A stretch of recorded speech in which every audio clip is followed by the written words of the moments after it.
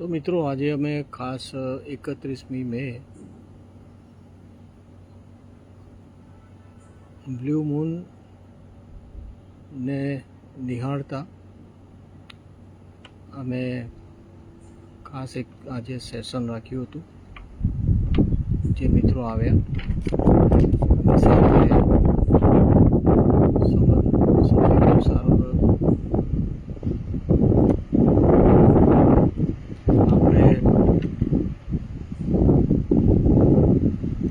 બાબતો અમે જોઈ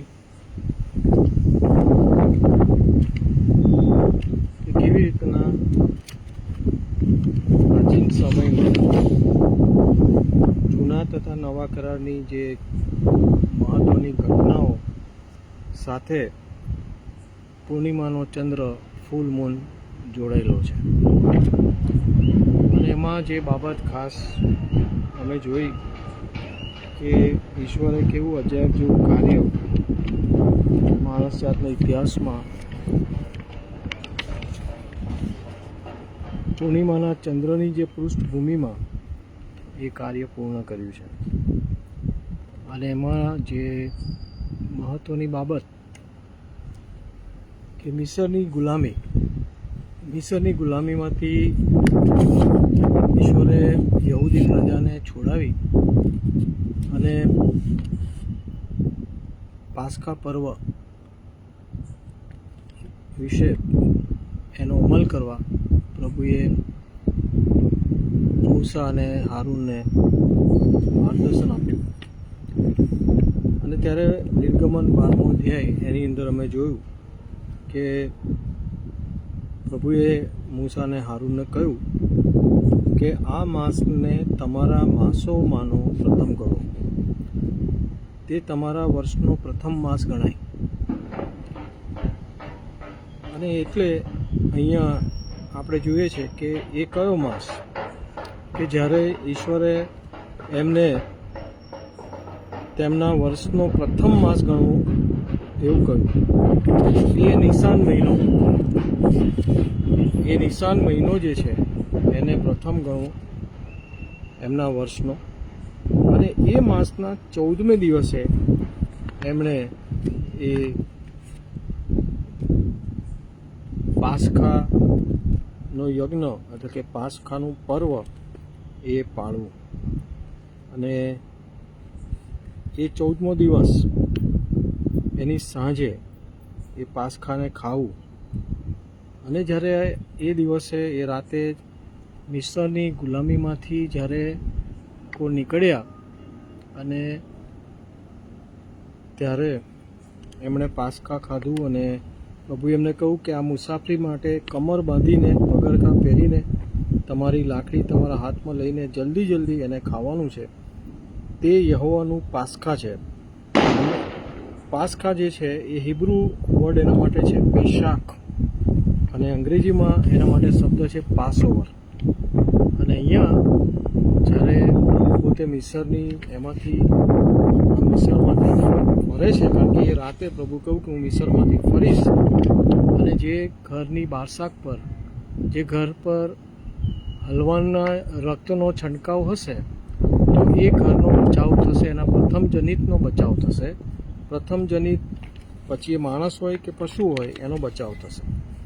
અને એ રીતના જે ઘરની વારસાક પર એ રક્તનો છંટકાવ હશે, હલવાનના રક્તનો છંટકાવ હશે, તો ત્યાંથી પ્રભુ પાસ ઓવર થશે. એટલે કે એ ઘર એ મરણથી બચી જશે. અને એટલે એને યહોવાનું પાસ્કા કહેવાયું. અને પ્રભુ એ ઘરથી પાસ ઓવર થયા. એ ઘર ટળી ગયું કે એમાં મરણને પ્રવેશ ન કર્યો. પરંતુ અહીંયા જે આજે બાબત જે અમે જોઈ કે આપણે જો એવું વિચારીએ કે આપણે એ સમયમાં છીએ અને આજે પૂર્ણિમાનો ચંદ્ર છે. અને ત્યારે આજની જે રાત છે એમાં આપણે પૂર્ણિમાનો ચંદ્ર જોઈએ છે. તો તે દિવસે એ લોકો એ રાતે પાસ્ખા ખાઈને એ લોકો મિસરમાંથી એ લોકો એની ગુલામીમાંથી મુક્ત થઈને એ જીવન તરફ, સ્વતંત્રતા તરફ, મુક્તિ તરફ પ્રયાણ કરવાના હતા. તો આ હતી પહેલી બાબત અમે જોઈ કે પૂર્ણિમાનો ચંદ્ર અને પાસ્કા પર્વ.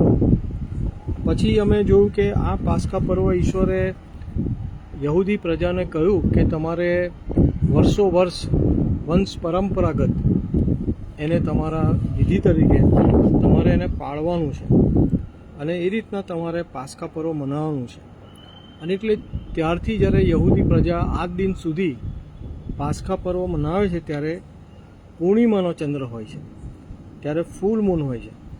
અને એટલે પાસ્કા પર્વની સાથે આ પૂર્ણિમાનો ચંદ્ર છે એ વણાઈ ગયો છે. એ બાબત અમે જોઈ. બીજી બાબત એ છે કે હવે એ જે પાસ્કા હતું પર્વ જે લોકો પાળતા હતા, યહૂદી લોકો જે આજે બી પાળે છે, પરંતુ પ્રભુ ઈસુ ખ્રિસ્તના સમયમાં આજથી 2000 વર્ષ પહેલાં પ્રભુ ઈસુ ખ્રિસ્ત જ્યારે આ પૃથ્વી પર હતા ત્યારે એમણે એમના શિષ્યોને કહ્યું કે તમે જઈને આપણે સારું પાસ્કા સિદ્ધ કરો, કારણ કે તે સમયમાં પાસ્કા પર્વ આવ્યું હતું અને ત્યારે એ યહૂદી જે પરંપરા છે એ પ્રમાણે એ લોકો પાસ્કા લેવાના માટે તૈયારી કરે છે. અને જાણે કે આ આપણે એ જ રાતે અથવા એ જ સાંજે આપણે જાણે કે આ નિહાળી રહ્યા છે એવું આપણે વિચારીએ, કલ્પના કરીએ. અને એ પાસ્કાની તૈયારી કરવામાં આવે છે. પાસ્કા તૈયાર થાય છે, ખાય છે અને પછીથી એ લોકો ગીત ગાઈને એ લોકો જૈતુન પર્વત તરફ જાય છે. અને જૈતુન પર્વત ઉપર ત્યાં પ્રભુ ઈસુ પ્રાર્થના કરે છે ગેથસેમાની બાગમાં, અને ત્યાં એમને પરસ્વાધીન કરવામાં આવે છે. અને ત્યાર પછીથી આપણે જોઈએ છે કે પ્રભુ ઈસુ ખ્રિસ્તને બીજા દિવસે ક્રુસારોહણ થાય છે. તો પ્રભુ ઈસુ ખ્રિસ્ત એમના શિષ્યોને બહુ મહત્ત્વની વાત કહે છે. હકીકત એ હતી કે એ પાસ્કાનું જે બલિદાન છે, જે હલવાન છે, એ હલવાન સ્વયં પ્રભુ ઈસુ ખ્રિસ્ત પોતે એમની મધ્યે હાજર હતા. અને એમણે જ્યારે એ પાસ્કા પાડવા માટે રોટલી લીધી અને પછીથી એ રોટલી તોડી અને એમણે કહ્યું કે આ મારું શરીર છે, બરાબર, એને ખાઓ.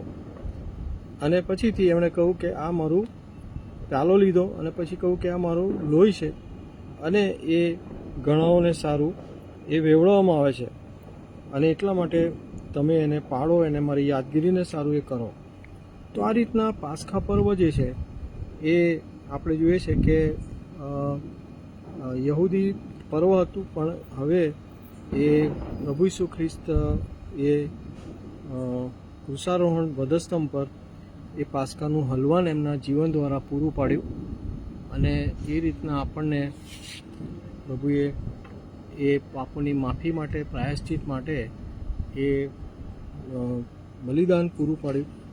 અને જે યશાયા પ્રબોધકે કહ્યું હતું કે તે આપણા અપરાધોને લીધે વિંધાયો, આપણા પાપોને લીધે તે કચડાયો અને આપણને શાંતિ પ્રાપ્ત કરવા માટે તેને શિક્ષા થઈ અને તેના સોળથી આપણને સાજાપણું મળ્યું છે. આ બધી બાબતો આપણે જોઈએ છે કે એ આજથી 2000 વર્ષ પહેલાં પાસ્કા પર્વમાં પ્રભુ ઈસુ ખ્રિસ્તના જીવન દ્વારા અને એમના ક્રુસારોહણ દ્વારા એ પરિપૂર્ણ થઈ. એટલે એ બાબત પણ અમે આજે જોઈ. અને એ સમયે પણ જાણે પ્રભુ ઈસુ ખ્રિસ્ત પાસ્કા પર્વ હતું એટલે નિશાન મહિનાનો 14મો દિવસ અને ત્યારે પૂર્ણિમાનો ચંદ્ર હશે અને એ દિવસે એ રાતે પ્રભુ ઈસુ ખ્રિસ્તને પરસ્વાધીન કરવામાં આવ્યા. અને એમણે એ વખતે કહ્યું હતું કે આ પ્યાલો તમારે સારું વેવડાવેલા મારા લોહીમાંનો નવો કરાર છે. This is a new covenant. આ એક મહત્ત્વની બાબત. બંને ઘટનાઓ આપણે જોઈએ છે કે પૂર્ણિમાનો ચંદ્ર એ વાતનો સાક્ષી રહ્યો છે. અને આજે સદીઓથી યહૂદી પ્રજા તો જોતી આવી છે પાસ્કા પર્વ. આ ચંદ્રને જોતાં જોતાં પાસ્કા પર્વ મનાવતી આવી છે. અને આજે પણ આપણે એ પૂર્ણિમાનો ચંદ્ર જોઈએ છે અને ત્યારે આપણે આ બે ઘટનાનું સ્મરણ કરીએ છીએ. ખરેખર એ માટે આપણે ઈશ્વરનો આભાર માનીએ છીએ.